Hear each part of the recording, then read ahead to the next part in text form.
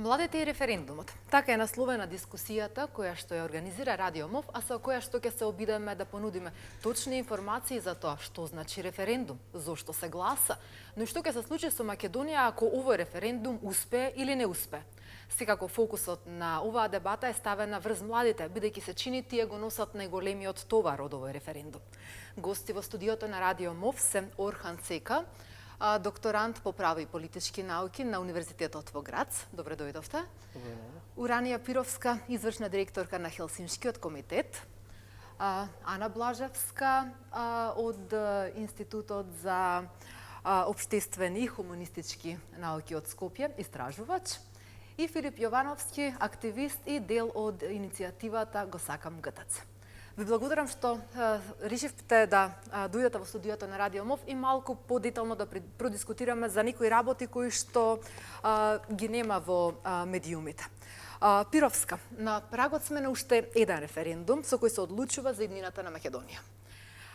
Зошто е толку важен овој референдум и зошто искористувањето на правото на глас е важно во една здрава демократија? Морам да кажам дека референдумот пред се како облик на непосредна демократија, кај нас за жал само еднаш успешно се спровел, и тоа нели на 8 септември 1991 година, кога граѓаните гласа за независна и суверена Република Македонија. После тоа имаше неколку обиди. Мислам дека најсвежо е памтењето на граѓаните на локално ниво кога се гласаше за ГТЦ, односно за зачувување на автентичниот облик, односно изглед на ГТЦ, референдум кој што не успеа поради излезноста на граѓаните. Важен е заради тоа што граѓаните со тоа стануваат активни чинители во вршењето на државната власт и во носењето на политички одлуки. Тие со својот глас одлучуваат каква ќе биде нивната иднина. Овој референдум има особено значење пред се заради тоа што Македонија после 27 години успеа да реши едно круцијално значење кога станува збор за низиниот напредок и нели секако влегувањето во семејството на Европската унија и НАТО, особено кога станува збор за начинот да се доживее некаков прогрес, особено на оние полиња кои што сметам дека се важни за младите луѓе. Особено е важно младите луѓе на овој референдум да го дадат својот глас од проста причина што мислам дека влегувањето во ЕУ ќе представува една ера која што ќе носи одредени привилегии за сите граѓани, но особено за младите. Јас секогаш зборуваме абстрактно за децата, за младите, за граѓаните, дека треба да учествуваат во она што значи одлука од која што ќе зависи нивната иднина. Сега се наоѓаме токму пред носење на таква одлука. Референдумот е облик на непосредна демократија во кој што граѓаните треба да гласаат за или против. Референдумското прашање мислам дека е многу јасно и мислам дека можеби нема во блиска иднина да се сретнеме со една таква, да речам, судбинска одлука каква што е оваа, која што ќе треба да ја донесеме на референдумот на 30 септември. Орхан, каде се младите во овој референдум и колку тие се заинтересирани за него? Ја мислам дека младите се доста заинтересирани, пошто нели кај младите веќе се зборува за иднината на младите. Без разлика на тоа што ќе се случи после референдумот, важно ќе биде за тоа кај ќе треба да се стремат младите, дали да останат во Македонија или ќе треба да прават планови да излезат од Македонија после, да кажем, ако неуспешно ќе биде референдумот и ако иднината на Македонија при евроинтеграциите нема да биде позитивна или успешна. Заинтересираноста на младите значи е голема. Не знам колку се вклучени во целиот процес, не знам колку се ставени како важни двигатели на овој процес. Тоа е друго прашање, а дека се заинтересирани, дека самиот референдум за нив е важно прашање, ја мислам дека тоа е доста, дека се гледа тоа доста кај младите. Така. Го споменавме референдумот и оној референдум за ГТЦ. Го имаме и Филип Јовановски, дел од иницијативата Го сакам ГТЦ. Во едно извонредно тешко време направивте референдум. Референдум за да го спасите градскиот трговски центар во Скопје од барокот кој што требаше да му се случи. Колку беше тешко да се организира еден таков референдум во едно такво време? Па тоа баш често периодот кога се променија работите, размислувам, гледајќи на нас колку некои работи не бе едноставни да се направат.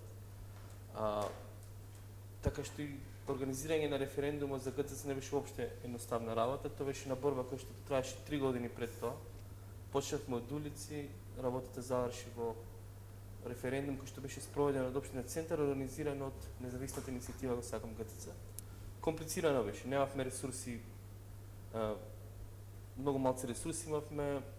Во тоа време медиумите не беа на наша страна, не добивавме лесно дозволи, така што имаше доста бојкот, но мислам дека она што е позитивно да се истекне дека начинот како беше спроведен референдумот преку една граѓанска иницијатива, вклучување на многу граѓани од различни слоеви, некако помогна да се разбие таа бариера. Така, меѓутоа помогна веројатно и подоцна во развивање на една група на активисти кои што продолжија да функционираат така и можеби ја смени перцепцијата на многу луѓе дека можат и би можеле да бидат активни граѓани. Референдумот кој што се појави на точка од тој граѓански активизам кој што активно беше активен измина една декада можеби. Точката на референдумот со ГТЦ доста охрабри граѓани и активисти, но и граѓани кои што никогаш не биле вклучени во иницијативи и даде на надеж дека е возможно да се направи промена, независно од тоа што формално референдумот не го исполни цензусот, 40,2% излегува од граѓаните, што не е мала бројка, и особено кога го организираат граѓани, не партија или било која друга структура. Така што доста охрабрувачки, мислам дека и позитивно гледаше самата приказна и можеби прв пат референдумот со ГТЦ беше прв пат на официјален начин граѓаните да го кажат мислењето за барокот, кој што беше насилно примерет. А сега сме на прагот на уште еден референдум. Какви се перцепциите на младите во однос на референдумот? На кој начин тие можат да донесат одлука во една ваква какофонија од еден куп мислења, лажни вести, манипулации и недоречености кога се работи за него? За жал, јас немам податоци за тоа какви се ставовите на младите. Од тие неколку анкети што излегоа на јавно мислење, не видов податоци во однос на различни возрастни групи, а забележувам и дека на некој начин отсуствуваат младите и во оние мејнстрим дебати кои што се одвиваат по медиумите. И во таа смисла, иако лично сметам дека е многу значајно младите да го практикуваат своето право и на ваков начин на референдум да го изразат своето мислење, би рекла дека ете се уште немаме некое општествено окружување што тоа го поддржува. Вие сте психолог. Како да донесат одлука што да прават? Па, вака би рекла, мене, она што ме интересира во последно време е токму аспектот на емоциите во однос на нашето политичко и размислување и действување. И сметам дека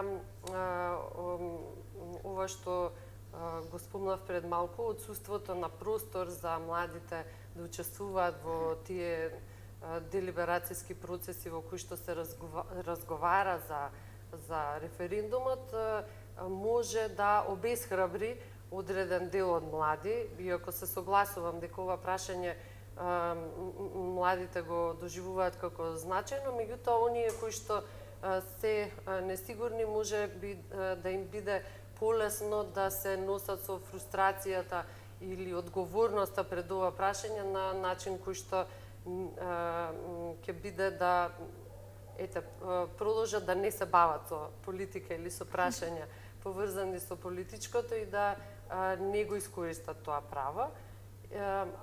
Оно што сакав да го кажам во однос на токму на разните анксиозности кои што се поврзани со прашањето за референдумот е со цел да го доближам на некој начин мојот став дека не треба да размислуваме негативно во однос на емоциите кои што ги имаме поврзани со важни општествени прашања.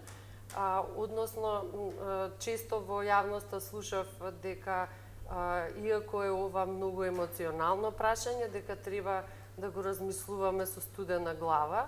Јас сметам дека не е така и повели. Така, ќе ги оставиме емоциите и разумот за следното прашање. Ќе се вратиме повторно на Цека и на Пировска. Во моментов сме сведоци на две главни кампањи. Едната е гласа и за, другата е бојкотира. Колку бојкотот е легитимно демократско право на граѓаните? Апсолутно е. Значи, тука нема никаква дилема по однос на тоа дали граѓаните имаат право да бојкотираат одреден процес. Дали имаат право на собир на кој што ќе го изразат својот револт против одредени случувања во државата, како што е сега, нели, и потпишувањето на договорот со Грција, сега организирањето на референдумот. Мислам дека за тоа прашање никој од нас нема дилема. Работата е дека многу често при таквите собири се удира токму на емоциите на граѓаните и многу често се случува да тие погрешно се наведат на погрешни размислувања. Токму подгревањето на националистичките страсти кај нас стана најдобар метод за, да речам, бојкотирање на одредени процеси, неспроведување на одредени процеси, лажни вести, нешто што многу често се случува при таквите собири. Да не заборавиме што се случи кога се случуваат протестите пред собранието на Република Македонија. Значи, едно е правото на собир, правото на протест, изразување на револтот, мирен протест, мирен собир збориме, а друго е ширење на говор на омраза. И тука треба да има многу јасна дистинкција. Голем проблем кај нас е што никогаш оваа држава не се справуваше и не се справува се уште со говорот на омраза на соодветен начин. Говорот на омраза видовме какви последици има. Мислам дека настанот од 27 април на сите нас ќе биде врежен во сеќавањата доживотно, можеби. Се уште се соочуваме со говор на омраза и тоа најчесто на етничка и национална основа и се уште не доживуваме да видиме дека говорот на омразна е соодветно санкциониран од страна на... Каде се институциите? Имаме нова влада. Основното јавно обвинителство се уште останува глуво на сите наши реакции, на сите кривични пријави кои што ние ги доставуваме.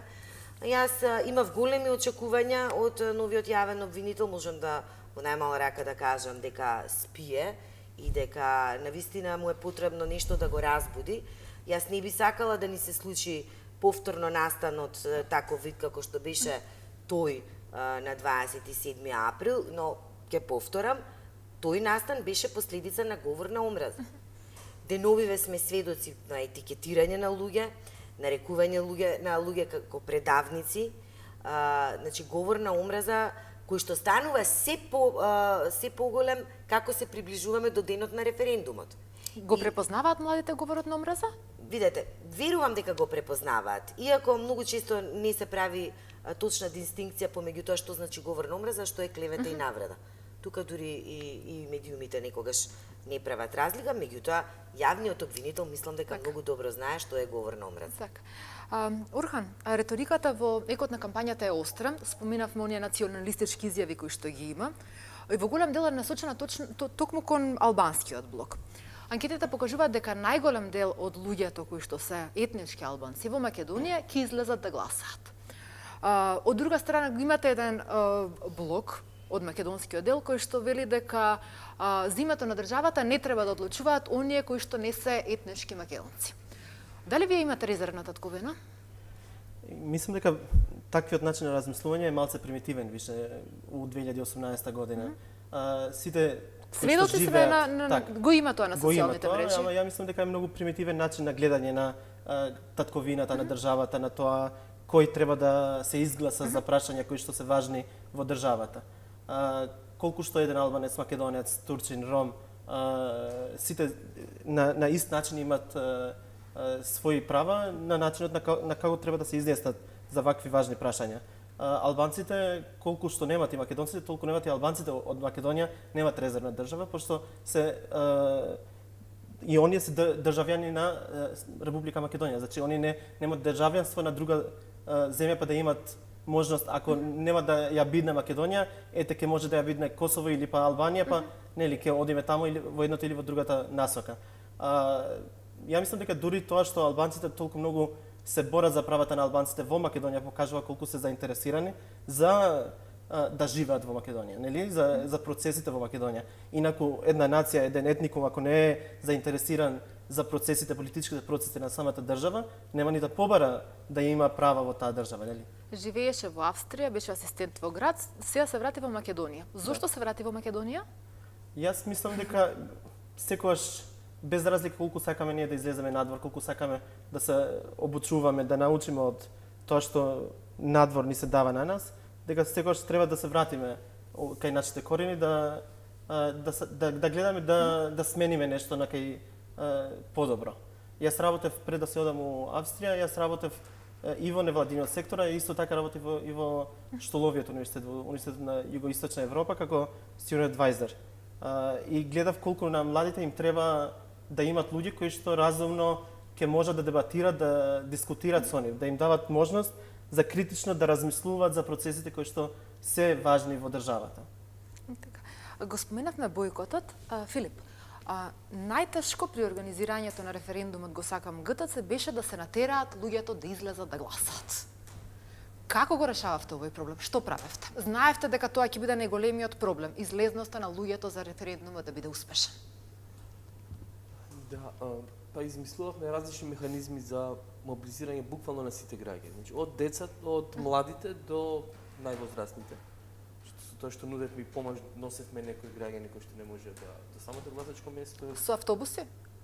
Не, приватен превоз. Тоа беше, значи, она што е битно за референдумот за ГТС дека беше она баш иницииран и организиран од граѓаните.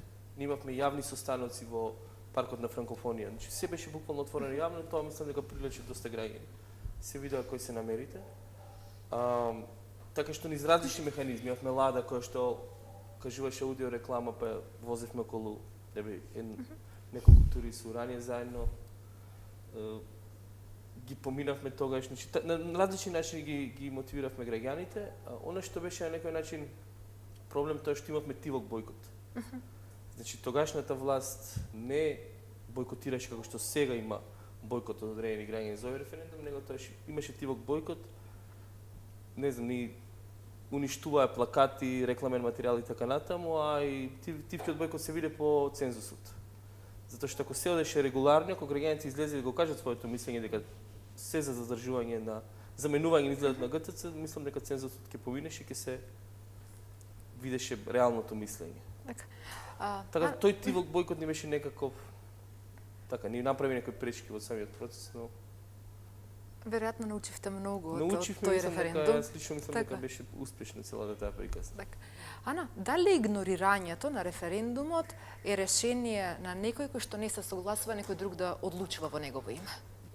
Тоа секој веројатно за себе знае колку е решение. Јас како што реков смитам дека ние и особено младите е важно да учествуваат и важно е да креираме услови за тие да се чувствуваат повикани да учествуваат, односно да има, како што беше примерот со студентскиот пленум, искуство да биде слушнат нивниот глас и да тие почувствуваат дека нивниот став е земен во предвид кога се креираат политиките. Но, како што споменав, секогаш кога има, кога ги нема овие услови за да луѓето се чувствуваат вклучени, прашани или да биде земено во предвид нивното мислење, Сметам дека тоа и за младите и за голем број на граѓани може да биде обезхрабрувачки да го кажат своето мислење. Ги истражувате емоциите и политичкото. Емоциите се силни во овој период, станува збор за чувствително прашање за давање, ќе речам, ново име на државата во која што луѓето живееле и која што си ја знаат под името Република Македонија. На кој начин тие треба да се однесуваат и дали треба да се дозволи емоциите да преовладуваат над разумот? Споменавме нешто на почетокот, би сакала да слушнам подетално од вас. Како што спомнав, емоциите секако влијаат на нашето размислување и на крајот влијаат и како ќе донесеме одредена одлука. Тоа го покажуваат науките и невронауките, но и оние кои што се бават со истражување, со политички истражувања. Е само еден илустративен пример ќе дадам, кој што може да барем малку доближи што сакам да кажам. Имено во една книга на Дрю Вестен, која што се вика Political Brain, The Political Brain, тој ја развива тезата дека политичкиот мозок е всушност емоционален мозок и го подкрепува со разни истражувања, меѓу кои едното е кога во истражувањето на симпатизери на Демократската и Републиканската партија во Америка им се презентирани факти за кандидати од двете партии кои што не се во согласност со вредностите што тие ги промовираат, односно се креира една состојба на когнитивна дисонанца се нарекува тоа, кога нашите ставови и вредности се разликуваат од фактите кои што ни се презентирани. И ова истражување било и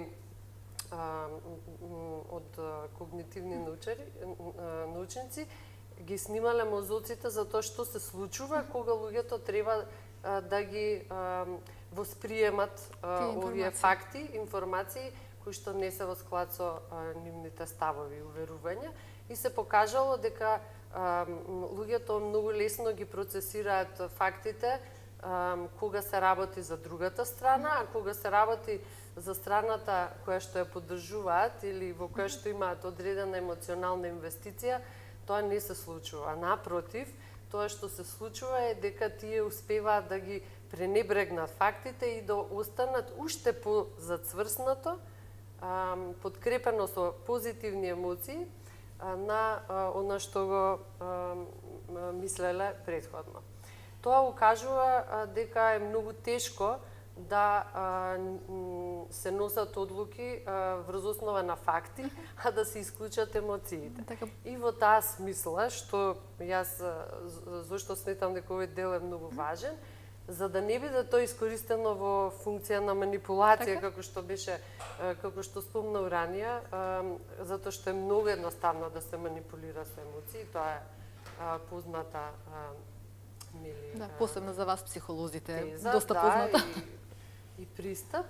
Тоа што е значено за кој што јас се застапувам е да ние ги освестуваме емоциите. Тоа во психотерапија го применуваме, да се освестуваат, да се комуницираат емоциите, за да знаеме како се чувствуваме во однос на што, а потоа согледувајќи ги нашите емоции, да можеме да ги поврземе со фактите и да одлучуваме. И на тој начин мислам дека може да се расчистат многу дилеми кои што ние ги имаме, кои што ни се наметнати со разни информации, лажни вести или манипулации, можеби. Да се изманипулира. Да се вратиме на политичката реалност во Македонија. Дали гласањето за или против на референдумот е гласање за или против актуелната власт? Па тоа е она што овој процес го разликува од сите други избирачки процеси, бидејќи овде не станува збор за партија, не гласаме за партија, гласаме за нашата иднина. И мислам дека, иако тоа звучи како клише, тоа е навистина така, и мислам дека младите пред се тоа треба да го знаат. гласањето на референдумот за е гласање за себе. За нашата иднина не е гласање за ниту една политичка опција. Да, власта како таква го спроведува тој референдум и секако дека има кампања, јас баш правев некои да речам компаративни анализи за во други земји како биле спроведувани референдуми. Нормално е власта да прави една таква кампања за едно вакво прашање, меѓутоа граѓаните пред се и над се треба да знаат дека не гласаат за политичка опција. Тоа и понатаму се манипулира. Жал ми е што луѓето се уште ова го препознаваат како начин за добивање одредени политички поени на политичките партии. Навистина треба еднаш за секогаш да се ослободиме од чувството дека партиите се тие кои што одлучуваат за нас. Напротив, ние одлучуваме и за нив и за нашата иднина. Урхан, факта дека има незадоволство од работата на партиите, дали дел од гласачкото тело во земјава, според тебе, со бојкот и со неизлегување на референдумот ќе се обиде да ја казни можеби актуелната власт? Начинот на размислување моментално, барем за тие кои што сакаат да бойкотираат, мислам дека е таков, дека нели со тоа што ние ќе бойкотираме за дел од нив, добро. За дел, да, дека ќе бойкотираме поради тоа што сакаме на власта сега да им покажеме дека ова не е добар начин на политизирање на што и да е. Ама ја мислам дека не е баш толку црно-бело размислувањето таму, пошто бойкотирањето не треба да се во овој случај бойкотирањето не се прави во избори. Кога би биле бойкотирање на избори, тоа е сосема друг начин на бойкотирање. Тогаш пораката која што се дава преку бојкотот е многу специфична, многу директна кон политичките партии. Овој пат бойкотирањето на референдумот е бойкотирање на прашање кое што се прашањето е за сите нас, значи не е за политичките партии само. Политичките партии, како што кажа ранија, се само двигатели на процесот, ама прашањето е прашање за сите граѓани на Република Македонија. Тоа не е политичко прашање за партиите, самите партии, туку политичко прашање за сите граѓани на Република Македонија, пошто тоа нели секој од нас ќе треба да живее со промена или не промена на името. Значи промена на името со ново име на Македонија или не промена, тоа ќе значи дека со многу повеќе проблеми во евроатлантските процеси, интегрирање на Македонија во тие процеси. Имам уште 2 недели од референдумот. Ќе почнам пред крајот на оваа дискусија со Филип. Направивте референдум, беше неуспешен. Дали бевте разочарани од резултатот кој што го имаше на референдумот? Што научивте од него и што би промениле ако можете да се вратите назад? Па сигурно дека имаше малце разочарување. Очекувавме дека ќе го поминеме цензусот. Тоа е нормално. Од друга страна бевме задоволни затоа што за ГЦЦ гласа во општина Центар досега историски во Независна Македонија најмногу граѓани од сите избори досега, дури и од претседателски и од локални, и тоа на некој начин беше победа дека е возможно е. Научивме тоа, возможно е граѓаните да мобилизираат и за некоја заедничка цел да поттикнете на поширока дебата. А дали има нешто што би промениле, вие како луѓе кои што го организиравте референдумот од оваа дистанца временска, во вашите постапки за да ги активирате граѓаните помасовно да излезат на овој референдум?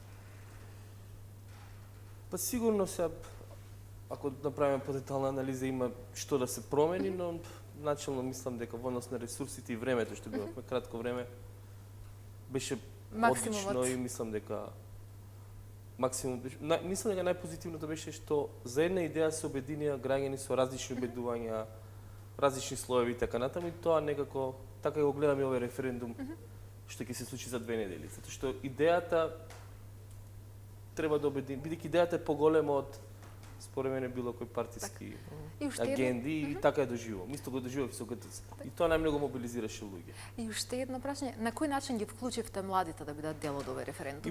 Имавме повеќе програмски линии. Една програмска линија беше соработка со студенти од архитектура, правеа прошетки низ ГЦЦ, ги повторуваа на неколку дена и на тој начин даваа некаква едукативна платформа за значењето на објектот. Така, веројатно голем дел од гласачите повторно беа млади луѓе кои што гласаа.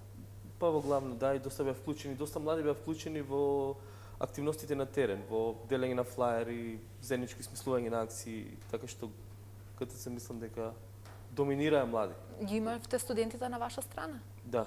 И тоа од повеќе факултети, и не само од архитектура, и од другите универзитети, така што мислам дека помогна доста. Уранија и Орхан.